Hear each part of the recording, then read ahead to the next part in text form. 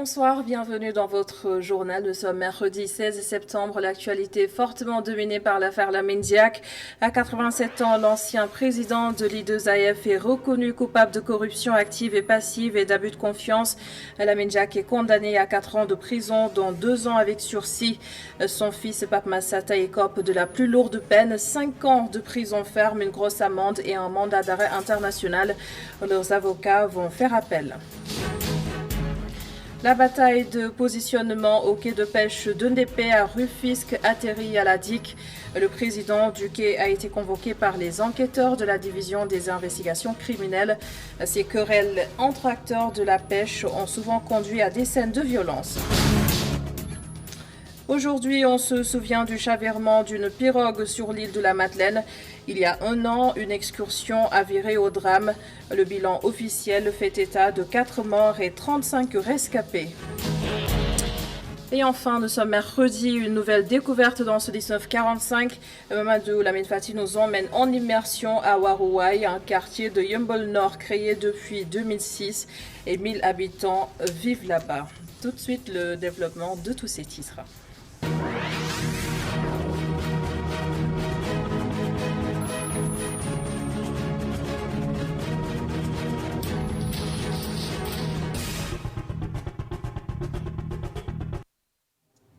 Et ça y est, le sort de Lamine Diack et de son fils Pape Massata Diack désormais scellé. 4 ans de prison avec sursis pour l'ancien président de l'I2AF, en plus d'une amende de 500 000 €, soit 330 millions de francs CFA. Pape Massata Diack lui écope de 5 ans de prison ferme assorti d'un mandat d'arrêt international et d'une lourde amende d'1 million d'euros, environ 656 millions de francs CFA. Papa Lunsar revient sur le film de cette affaire de corruption et de blanchiment d'argent. Le marteau du juge a sonné depuis Paris.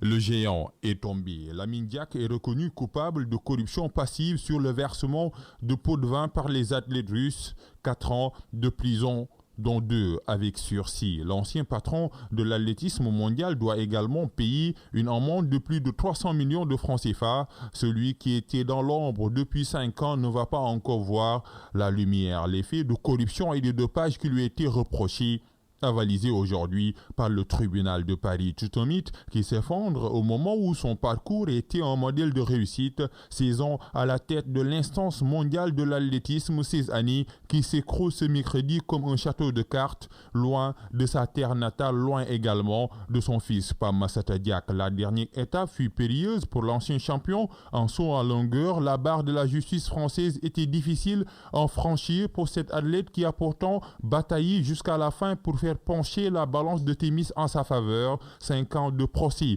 un dossier judiciaire aussi long que sa carrière dans le milieu du sport international.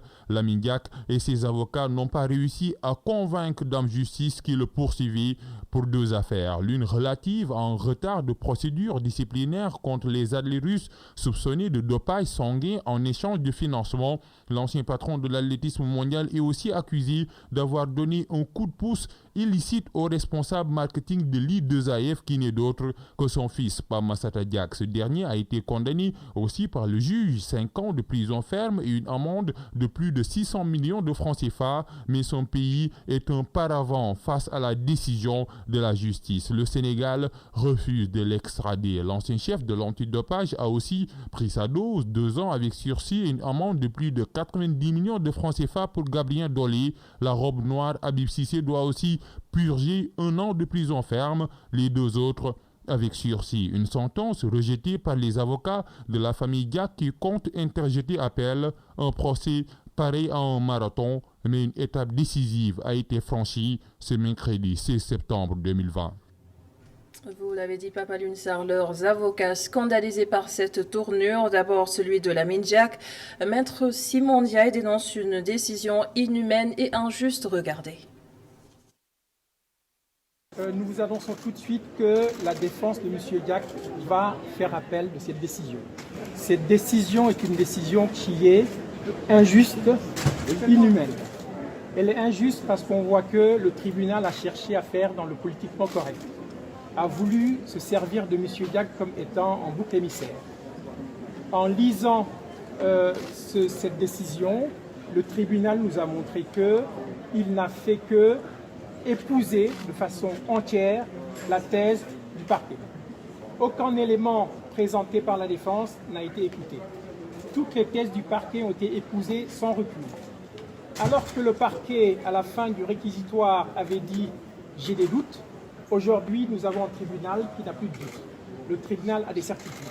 Nous avons noté plusieurs incohérences, notamment quand on nous dit qu'il y a eu financement de campagne, mais que dans le même temps, on reconnaît qu'on n'a vu aucune trace de ce financement-là. Voilà. On nous dit qu'il y a abus de confiance, que 15 millions de dollars auraient été détournés par le biais de contrats. Mais ceux qui ont signé le contrat ne sont pas mis en cause. Les bénéficiaires des contrats ne sont pas mis en cause. Ceux qui travaillent avec M. Diack, il n'y en a aucun qui est poursuivi dans le cadre du marketing. Cela est profondément injuste. Nous trouvons que cette justice a voulu faire de la morale et non pas du droit. Et c'est dangereux. C'est pour ça que nous allons contester cette décision en faisant appel. Même s'il n'est pas surpris par la sentence, Maître Moussa Sarr, avocat de Pape Massata Diack, parle d'une injustice. La robe noire va interjeter appel au plus vite pour attaquer cette décision de première instance. Maître Moussa Sarr, que nous écoutons. Ce n'est pas une surprise pour moi. J'avais déjà dit au moment du démarrage du procès et dans vos antennes que l'attitude du tribunal correctionnel de Paris qui nous a refusé la demande de renvoi suite à notre empêchement de se déplacer à Paris en raison du coronavirus ne présageait rien de bon. Dans un procès pénal, lorsqu'on viole les droits de la défense, il ne fait aucun doute que M. Diack, Pape Massata, n'a pas eu droit à un procès juste et équitable. Par conséquent, c'était prévisible. Ce n'est pas une surprise pour nous. Nous allons interjeter immédiatement appel. Et l'appel est suspensif. Avec cet appel, Pape Massata Diack continue à bénéficier de la présomption d'innocence. Et nous espérons qu'en appel, il n'y aura plus de coronavirus et nous allons nous déplacer à Paris pour démontrer à la Cour d'appel de Paris que Pape Massata Diack n'a commis aucune infraction. Une sentence difficile à avaler à Rebeuss, le quartier qui a vu naître Lamine Diack. Le voisinage est secoué par ces décisions de justice et une partie de l'opinion accuse Pape Massata Diack d'être à l'origine de ces problèmes. Illustration dans ce reportage de Adama Sarr et Mafal Fall. Le verdict suscite la colère à Rebeuss. Quand la sentence est tombée, un sentiment de déception s'est propagé dans ce quartier qui a vu naître Lamine Diack. Un verdict a été prononcé, mais mon sentiment profond est que justice n'a pas été rendue à Lamine Diack. Et là, je ressens une profonde amertume et une grande déception par rapport à ce verdict. Non pas que je m'attendais à de la clémence vis-à-vis de Lamine Diack, mais quand même j'espérais que le droit serait dit et que justice serait rendue à Lamine Diack. Mais manifestement, c'est un jugement unique. Et pour moi, le verdict est un verdict biaisé. Ça, moi, je le dis. Voilà, vraiment. De l'avis de Modou Diouf, c'est l'État du Sénégal qui n'a pas soutenu Lamine Diack. Le verdict est trop sévère. Lamine Diack est un citoyen sénégalais.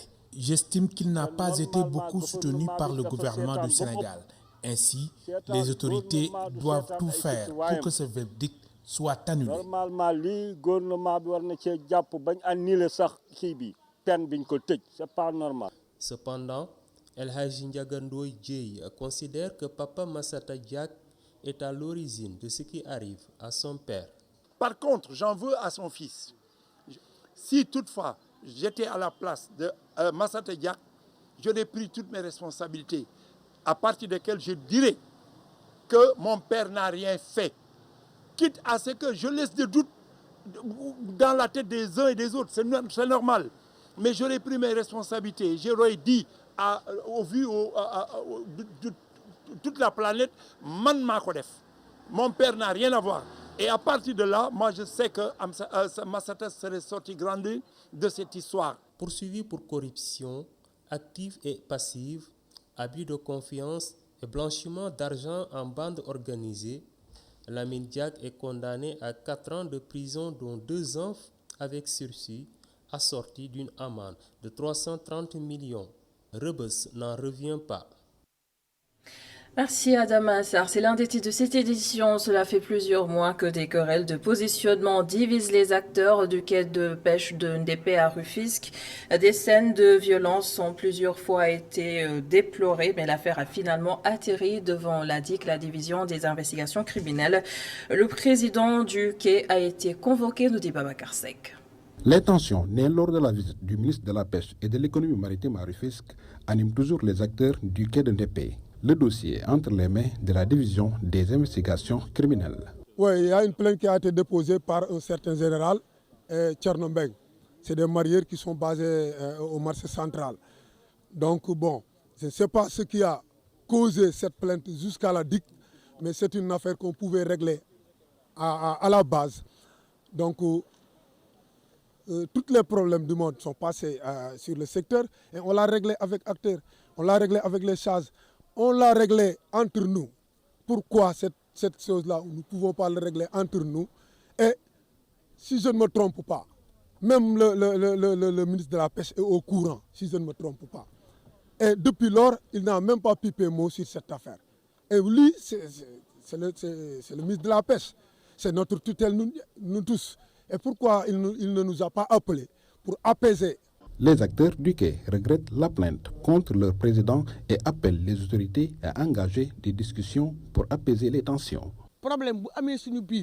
Je pense que si nous avons des différends, nous pouvons les régler entre nous. Nous ne savons pas pourquoi cette affaire a atterri à la DIC. Ceux qui ne sont pas pêcheurs ou mareyeurs n'ont pas droit à la parole sur ce quai. Que les acteurs du quai se réunissent pour trouver une solution à ce problème.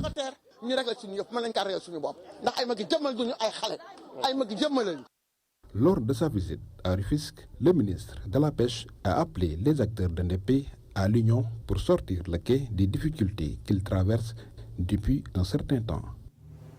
Et cela se passe à Mbour, un professeur d'éducation physique et sportive accusé d'abus sur ses élèves. Il fait d'ailleurs l'objet d'une plainte déposée par les parents d'élèves. Boubacar Dian nous en parle.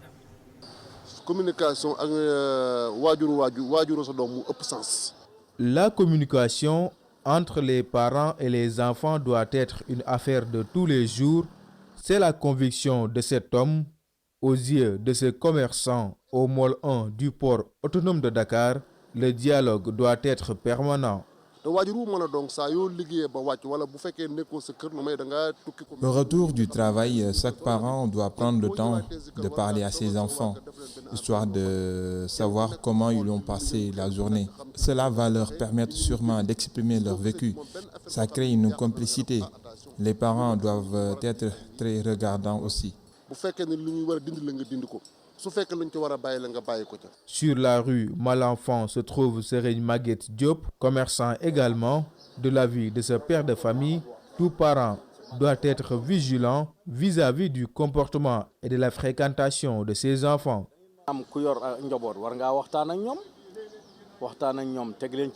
L'éducation religieuse est primordiale. Quand vous remarquez certains comportements nouveaux, c'est votre fils ou fille, il faut lui parler pour savoir ce qui ne va pas. Ainsi, si l'enfant a des mauvaises fréquentations, tu le sauras.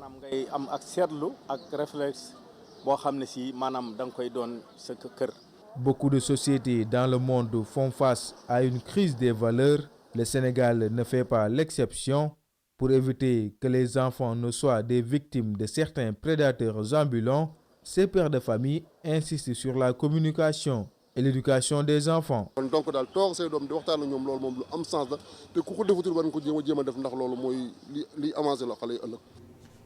Et c'était le 16 septembre 2019. Il y a un an, le naufrage d'une pirogue au large de l'île de la Madeleine.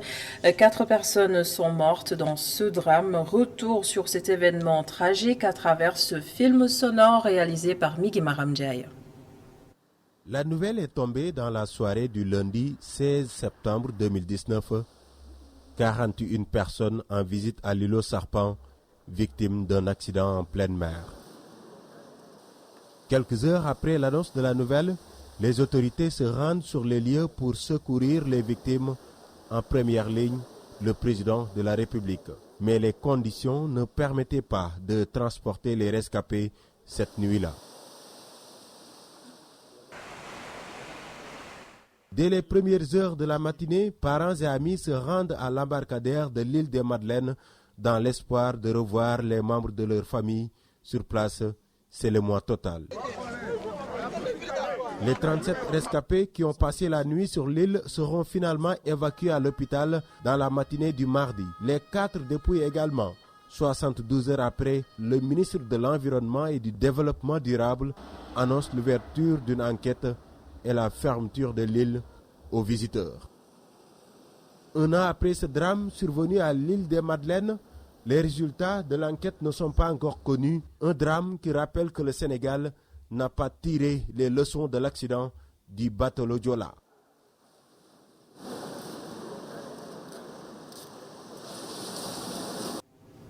Migui Maramdjai, pendant que l'eau empêche à certaines familles de vivre, d'autres en réclament.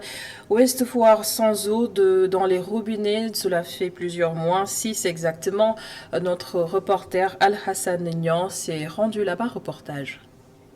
Ouest Foire, quartier Seigne-Fallou, les habitants souffrent d'un manque d'eau, une situation qui perturbe le quotidien depuis 4 mois. Dans notre quartier, on n'arrive pas à comprendre. Ça fait maintenant au moins 5 ou 4 mois, si je me rappelle bien, on a problème d'eau. Donc l'eau dans notre quartier ici, c'est difficile. Ici à Ouest Foire, l'eau vraiment c'est difficile à couler. Donc on n'arrive pas à comprendre si c'est quel problème, si c'est le problème des autorités ou comment on n'arrive pas à comprendre.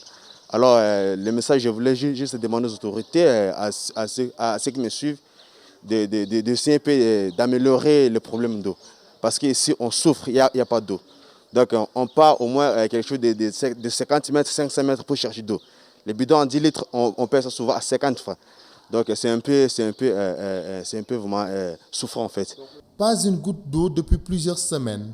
Pire, les factures sont de plus en plus chères. Depuis bi Ouest Foire day Ouest Foire ba léegi ndox mënuñu ko am ndox day manqué rek defoon nañ fi benn. On ne peut pas avoir de l'eau ici à Ouest Foire et cela dure depuis le mois de Ramadan. Les autorités ont construit un forage, mais la pression est très faible. D'ailleurs, nous comptons organiser le dimanche prochain une marche pour dénoncer notre mécontentement.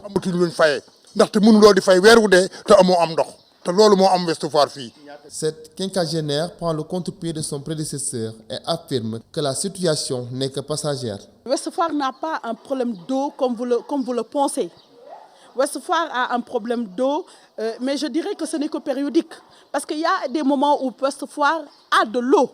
Il y a des moments, disons que c'est peut-être 2 à 3 mois que ce problème se pose. Mais il y a des moments où Ouest Foire a de l'eau. Parce que moi, quand Ouest Foire n'a pas d'eau, c'est M. Omar Cham, qui est le directeur régional de la SDE, qui m'envoie tout le temps des citernes. Et nous recevons des citernes 2 fois dans la semaine. Donc chaque fois que la citerne doit arriver, moi je demande à tout le voisinage de sortir des bouteilles pour pouvoir remplir. Le citerne ne m'a jamais été vendu. Moi non plus, je n'ai jamais vendu les citernes. Donc, en gros, le problème qui se pose aujourd'hui à Ouest Foire, c'est périodique. C'est périodique. Pour les populations, le calvaire n'a que trop duré. Ils demandent à l'État d'apporter des solutions idoines pour mettre fin à leurs difficultés. Dans l'actualité de ce mercredi, il y a aussi cette tournée économique de Macky Sall prévue les 19 et 20 septembre prochains. Le président de la République se rend à Fatick, Kaolack et Kaffrine. Le ministre conseiller à la présidence, Elhadji Kassé, affirme que cette nouvelle tournée économique va toucher toutes les couches de la population sénégalaise. Le voici avec Sophia Ba. La portée de ces tournées économiques est tout à fait évidente. Il s'agit d'abord pour le président de la République d'être au contact des populations, donc de nouer le dialogue, la conversation avec les populations, pour identifier les difficultés auxquelles elles sont confrontées et co-construire avec elles des solutions durables pour le bien-être des uns et des autres. Elle touche toutes les couches de la population sénégalaise pour la bonne et simple raison que d'abord le président va au contact de toutes toutes les catégories, hein, les producteurs, les jeunes, les femmes, les structures de santé, voilà, les personnes ou les groupes de personnes qui interviennent dans les infrastructures, etc. Et c'est à l'issue de ça que justement on procède à des synthèses, n'est-ce pas, pour savoir que dans telle localité il y a telle difficulté et envisager des solutions en termes d'investissement ou de l'État ou du secteur privé. Le rôle de l'État, c'est d'aménager un espace propice, favorable à l'investissement, aussi bien du point de vue de l'environnement, du point de vue fiscal, du point de vue des facilités d'accès à des crédits, etc. Donc c'est ce que l'État fait et c'est ça qui peut justement permettre au secteur privé d'investir et de travailler dans de très bonnes conditions. Cette tournée économique de Macky Sall était donc au menu de la matinale de e-Radio. L'autre invité, le secrétaire général de l'Association des cliniques privées du Sénégal, recommande, au-delà des promesses, un ajustement de certaines politiques de développement. Dr Serigne Fallilou Samb, toujours avec Sophia Ba. Je trouve que c'est une nécessité en vue le contexte de la Covid-19, le contexte de la résilience économique, le contexte quand même de la relance et le contexte aussi des inondations. Le président doit aller en contact, au contact des populations pour pouvoir quand même tâter le pouls et pouvoir prendre les bonnes décisions. Les déplacements quand même, je crois que c'est nécessaire, mais ce qu'il faudrait changer peut-être c'est les paradigmes, essayer de voir dans les zones les véritables répondants du président de la République, c'est-à-dire les gens, comme je l'ai dit tantôt, qui sont les principaux créateurs de richesse de ces zones, qui puissent quand même aider le président dans sa politique quand même dans sa politique de développement et surtout de sédentarisation des populations. Parce que tout ce problème, c'est dû pour la plupart à l'exode rural. Les gens n'ont pas la possibilité de rester chez eux et de vivre correctement et dignement. Ils sont obligés de venir dans les grands centres urbains pour pouvoir quand même trouver leur pain. Et c'est ce qui crée quand même cette tension intense quand même sur le foncier, cette bidonvillisation même de nos villes, et ça pose réellement un problème. Autre chose, l'Institut Panos peaufine ses actions de promotion des droits des femmes dans les médias. Un nouveau volet qui porte cette fois sur un discours religieux plus équilibré au profit des femmes. Aïssatou Diak. L'objectif de cette rencontre est de réfléchir sur les voies et moyens d'équilibrer le discours religieux sur les droits de la femme dans les médias. Les émissions religieuses, généralement, ne sont pas censurées. Ça, c'est une question d'ordre empirique. Et pour soit infirmer ou confirmer cette hypothèse, nous avons mené une étude sur la façon dont, ou bien sur le discours des religieux dans les médias en général, afin de déterminer d'abord de quoi est-ce que les religieux parlent quand il s'agit des questions des droits des femmes. Et lorsqu'ils ont à parler des questions des droits des femmes, comment est-ce qu'ils adressent la question? Donc nous avons mené ça au Sénégal. À côté de cette étude de contenu, nous avons également mené une autre étude sur le cadre légal des médias religieux au Sénégal et sur la régulation du discours religieux. Il y a du pain sur la planche aux yeux du secrétaire général Saint-Pix. D'abord, quel est le discours avant de chercher à réguler quoi que ce soit? Je pense que la première des choses, c'est d'analyser le discours religieux. Est-ce que c'est un discours qui est contre la condition de la femme ou est-ce que c'est un discours qui plutôt fait la promotion de la femme? Vous savez, dès qu'on est dans le domaine religieux, c'est le domaine par excellence de la subjectivité. Parce que la religion, c'est une histoire de croyance d'abord. Mais ce que nous, on peut noter déjà, c'est que dans le champ religieux, justement, il y a des femmes déjà. Je pense que c'est quelque chose de très important. Parce qu'autant à l'époque, on ne parlait que des oustas, autant aujourd'hui, si on prend la religion musulmane, bien entendu, autant aujourd'hui, on a des femmes, oustas, des femmes qui viennent et qui parlent à leurs sœurs femmes. Je pense que s'il y a une régulation également, aussi, ce serait plutôt une régulation informelle, parce qu'on ne peut pas réguler la religion.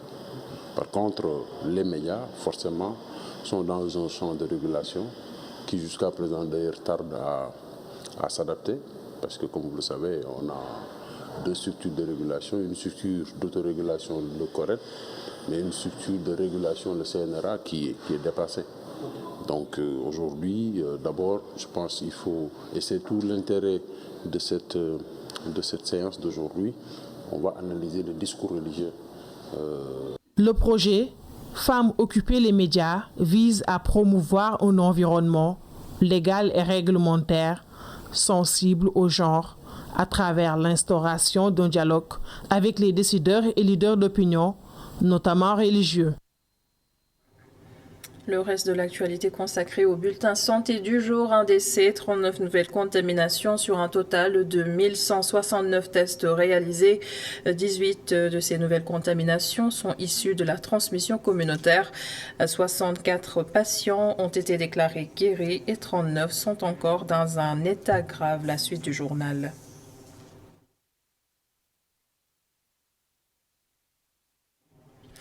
La découverte de ce mercredi, Waruwai, un quartier spontané situé dans la commune de Yeumbeul Nord. 1000 âmes se réveillent tous les jours dans ce quartier créé depuis 2006. Immersion à Waruwai avec Mamadou Lamine Fati. Waruwai, un quartier très enclavé de la commune de Yeumbeul Nord, proche de la cité Gadaye et de la commune de Wakhinane Nimzatt de Guédiawaye. Créé en 2006, le quartier de Waruwai regroupe environ 1000 habitants. Ici, les infrastructures sociales de base manquent cruellement. Eau, électricité, santé, pour ne citer que cela.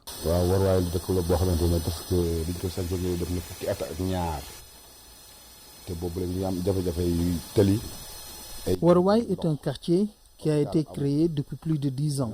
Dès lors, nous avons tous les problèmes. On n'a ni route, ni de robinet, ni de poste de santé, même pas d'école. Pour puiser de l'eau, nous n'avons que des pompes. Aujourd'hui, nous disposons de 2 bornes fontaines. Et pour transporter l'eau, il faut prendre une charrette.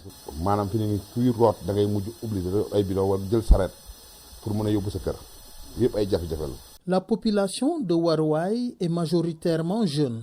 Des jeunes qui vivent les maux de leur génération. Le sous-emploi, l'éducation, sans oublier les moyens de transport. Là, nous habitons là il y a de cela 10 à 12 ans. Mais depuis lors, donc, il y a ce qu'on appelle donc, la carence en travail. C'est-à-dire les jeunes ont des problèmes en concernant ce qui est le travail, ce qui est le boulot. Déjà, il y a des diplômés, il y a des personnes qui sont là, outillées de diplômes et tout, et qui ne parviennent pas à avoir du travail, donc ce qui pose vraiment problème, vu donc la position géographique et tout. Déjà, ça fait partie des problèmes majeurs. Waruwai compte plus de 348 maisons, et juste pour vous dire que donc là, il y a un problème, puisqu'il n'y a qu'une seule école, et l'école, elle est privée. Donc ce qui veut dire que nous avons besoin d'un établissement public. Déjà, tout ce qui est problème sanitaire, on n'en a pas. Il n'y en a qu'un seul gars qui se décarcasse lui aussi pour nous aider. Donc c'est un poste de santé, mais privé. Donc ce qui veut dire que tout ce qui est problème d'infrastructure et tout, on n'en a pas. Déjà, parlant de la route, jusqu'à présent, on n'a pas une route bitumée. Donc ce qui veut dire que là, il y a toujours un problème au niveau de Waruwai. C'est comme si nous ne sommes pas au cœur de Dakar. Donc c'est ça le véritable problème. Les femmes de Waruwai ne sont pas en reste. Elles mènent au quotidien un combat pour la survie de leur famille à travers des tontines, l'alphabétisation, la santé, le développement en général. Gis nga ñun dañoo enclavé ñun yoon bi muy fu mu nekk nii rang-rang bii lañ am benn rang-rang bi bi ko ñaareel amuñu. Nous sommes enclavés. Nous n'avons que ce chemin de terre pour tout déplacement. On n'a pas de marché, ni de dispensaire, ni d'école, ni de poste de santé. L'accouchement des femmes pose problème. mooy loolu fu mu nekk même bu ñu amoon 2 accouchements ñoo xam ne dañooy accoucher fu ñuy tëdd pour ñu def boo sax duñ ko am. ci biir loolu nag natt yi ñu ngi ci suñu projet wax dëgg yàlla projet yi ñu ngi natt par jeudi bu nekk ñu ngi dajaloo Nous avons un projet de tontine tous les jeudis. On nous a octroyé 2 frigos pour notre commerce. En plus, nous vendons des savons en interne. Tout cela nous permet d'appuyer nos maris et nos familles. Nous n'avons ni route, ni marché, ni d'école publique, ni de poste de santé. On a besoin de marché pour nos affaires. Mais boo xoolee fii dëkk bi ni mu toll te centaine de personnes ñoo fi nekk te amuñu marché te loolu tamit xam nga métti na guddi fi nekk lu mu guddi da ngay gis koo xam ne 4 heures du matin lay jóge fi yaa ngi dem ba ay Sandaga wala yaa ngi dem ba ay benn baraak ak nangam kon fii war nañ ko mën a am. En dépit des efforts consentis par le chef de quartier, Waruwaay manque d'infrastructures sociaux de base. Aujourd'hui, pour juste survivre, les habitants souhaitent avoir de l'électricité, de l'eau, une école publique et se soigner chaque fois qu'ils en auront besoin.